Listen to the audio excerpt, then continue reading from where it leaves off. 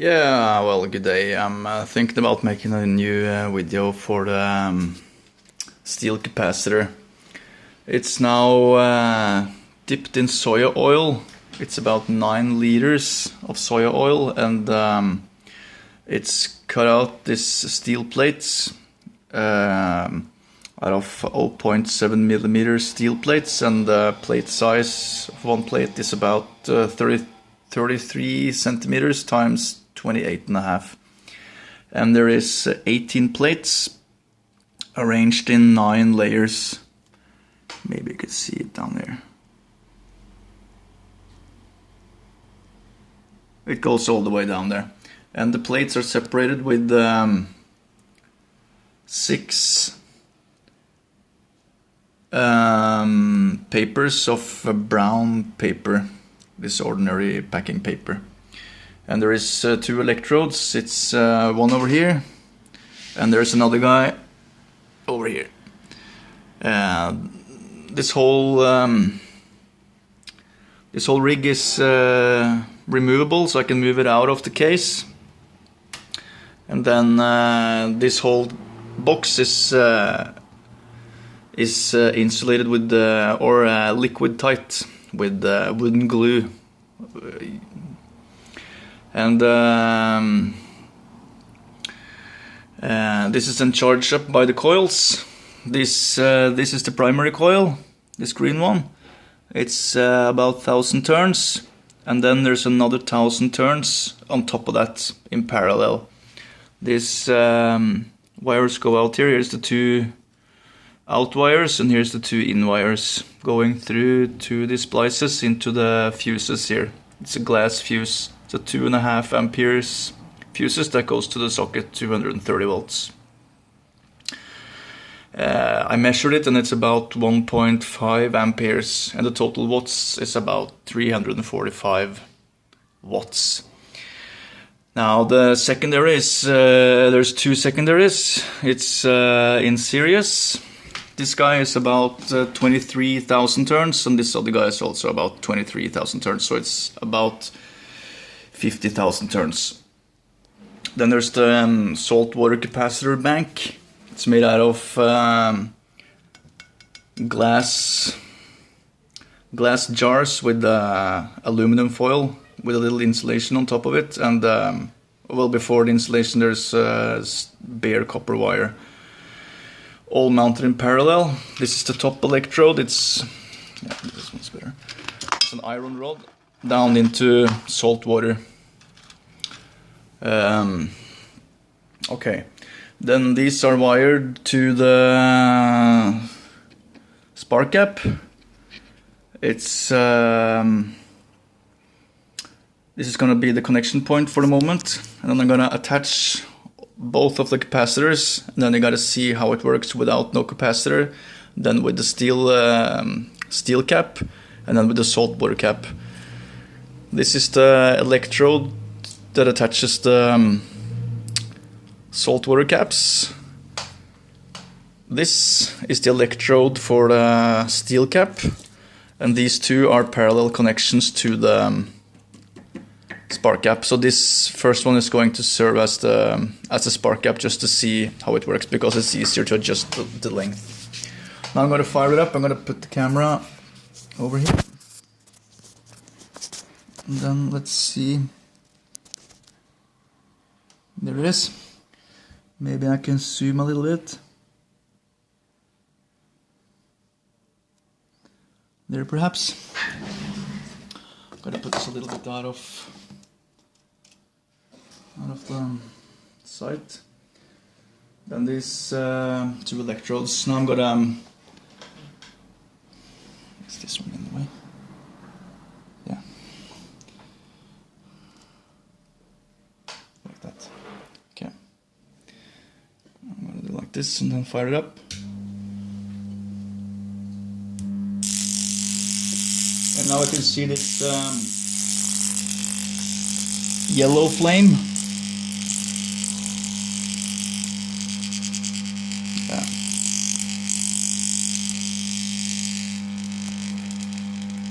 It's a yellow flame that burns kind of like a plasma. And I don't know why it becomes like this. I actually thought it was because it had a high reactance. But I don't know exactly why it is like that because when I attach the salt water cap, it turns like this. It turns blue and it's a little shorter. What is that?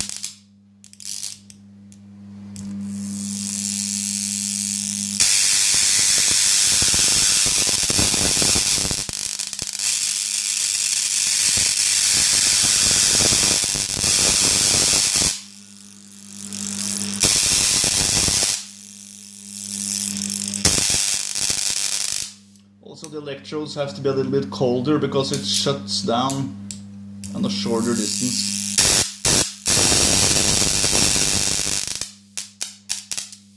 Now that is the salt water cap, and then I'm going to test the steel cap. The steel cap has about 1.5 square meters of area.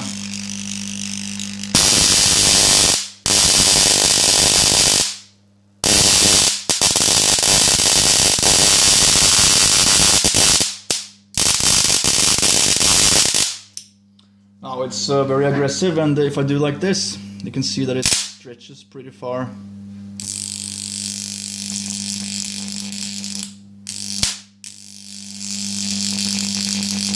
When I close this in, you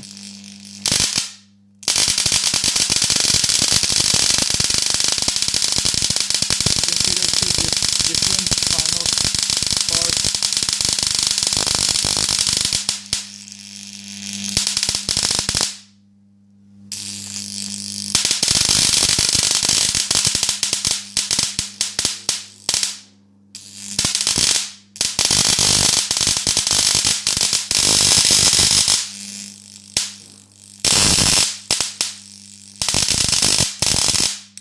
Very cool. Now I'm gonna attach both of them. So now we're gonna attach the salt water cap. So it's on, and then the steel cap after that. So the startup ignition is not that far.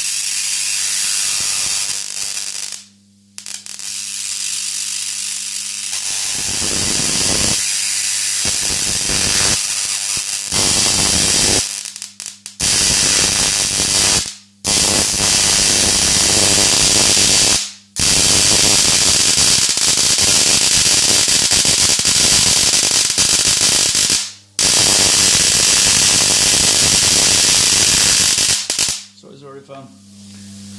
Now I'm gonna get these electrodes to fire up and have a standing discharge. So then I have to heat this up a little bit so it charges properly. So I'm gonna attach the salt water cap, and then I'm gonna heat it up with this guy, and after a while you can see that it's burning with a constant flame or a lightning strike.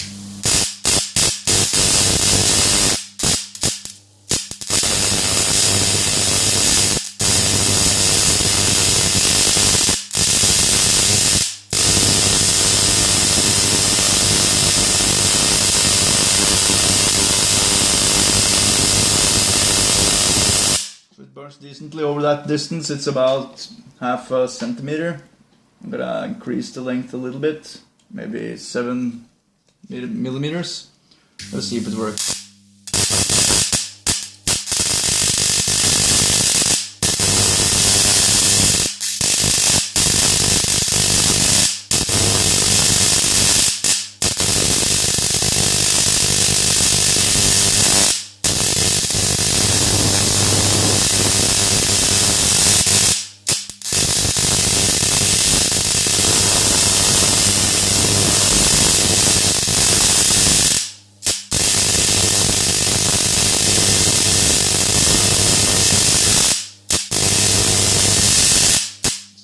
Too far to have a standing discharge.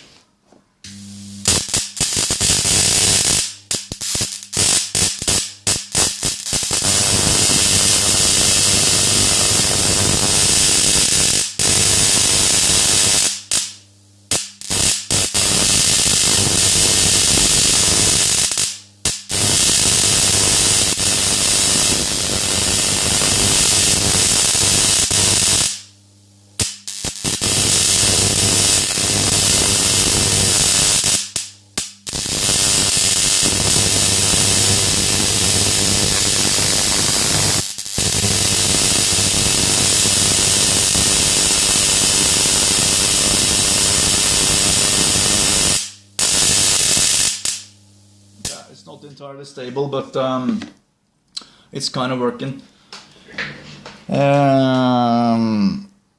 That's that. Yeah, and well, I got another little thing to show. That is, I prepared a glass of water. Actually, this is a glass of water with oil in it, but I'm gonna show another thing too. That's this. Hang on a second. It's a little improvised, but it's very fun. Now this is a glass of water, and now you can see that you can see that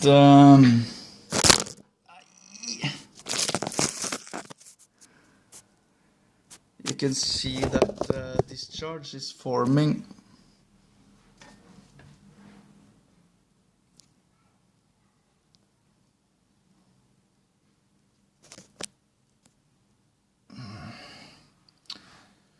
On the water. Now let's see. Like that. Maybe it's visible now. Gotta try it out. Now let's see. These are the electrodes, the ordinary kind from the coil. Now, hang on a second. I'm gonna fire it up. Then you gotta see how it discharges over the water. I'm gonna put this a little bit away. Maybe there. Okay. So.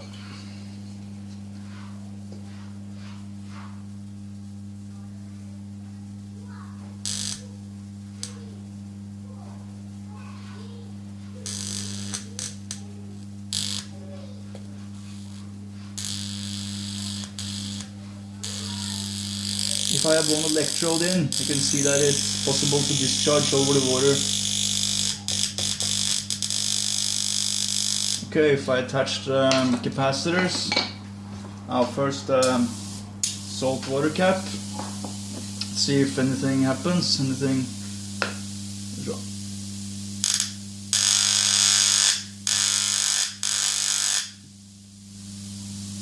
You can also actually have them both on the surface.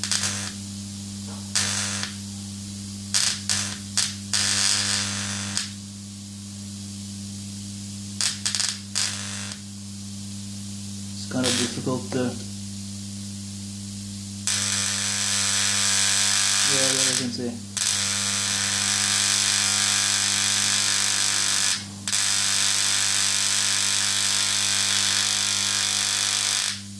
It's kind of fun. And then I can attach the steel cap and see if there is any difference. Just gonna put it here somewhere. So, maybe under there. So, like that. And then just hook it on to there. Now let's see what happens. I'm gonna put this guy in. Oh, fucking helvete. Yeah, it's a little discharge there. There it goes. Clear. Gotta keep the wires clear unless it's gonna bang loose. Whoa. Whoa, shit.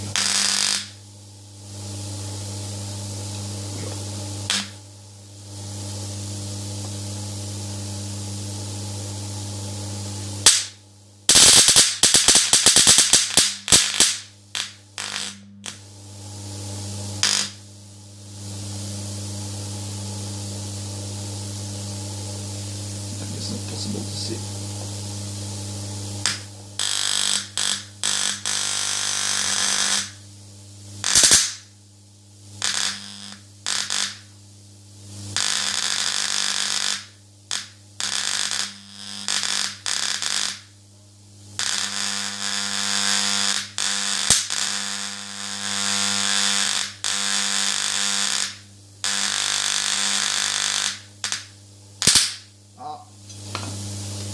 Like I said, it's a little improvised, but that's the way it works with water. Yeah. And then there's another thing with oil. If you have oil on top of it, it will keep the water down. So if I put this guy in, if I put it maybe over here, you can see the electrode down there, like this, maybe. Yeah, there it is. Now if you can see that it's pulling the water up, it pulls it up, it starts to boil.